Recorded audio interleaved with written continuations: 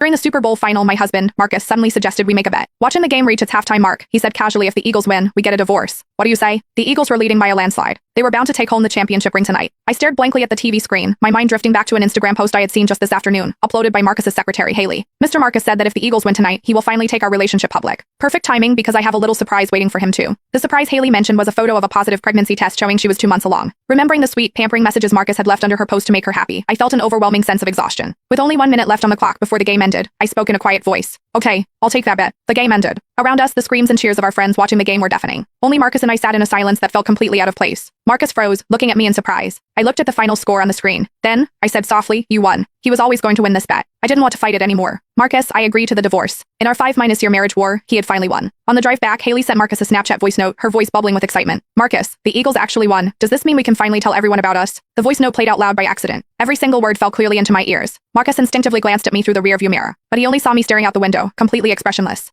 He cleared his throat. It was just a random bet before the game started. I was just trying to make her happy. But, Marcus paused, his tone turning somewhat indifferent. Since I've been with her for so long, I guess it really is time to marry her. I gave a quiet have your lawyer draft the papers. Seemingly not expecting me to agree so easily, Marcus was slightly taken aback. Then he said, there's no need to rush it like this. I met his gaze calmly. We wouldn't want to delay your big announcement. It's better to sign the papers as soon as possible. After all, she's been waiting quite eagerly. I wasn't lying. Haley had been with him for 3 years, but she had never gotten the chance to show him off publicly. As long as Marcus and I were married, he couldn't bear to let Haley be labeled a homewrecker. Marcus stared at my face, trying to read my expression, but I was too exhausted. I just closed my eyes. I didn't want to say another word. As we neared the house, Marcus suddenly said, the power went out at Haley's place. She's terrified of the dark. I need to go over and keep her company. Okay, just drop me off at the next intersection, I said, not even looking at him. I was already too used to this. Marcus hesitated. Only after I stepped out of the car did he say, I might not come back tonight. I nodded, my face completely calm. Okay? After Marcus's car drove away, I stood on the sidewalk for a while. My phone buzzed. It was a Snapchat message from my best friend, Amber. Did you and Marcus leave early? I can't find you guys at the party. Marcus had hesitated for a long time about coming to this game tonight. Maybe out of guilt or maybe remorse, he had still ended up coming with me. I replied to Amber. Yeah.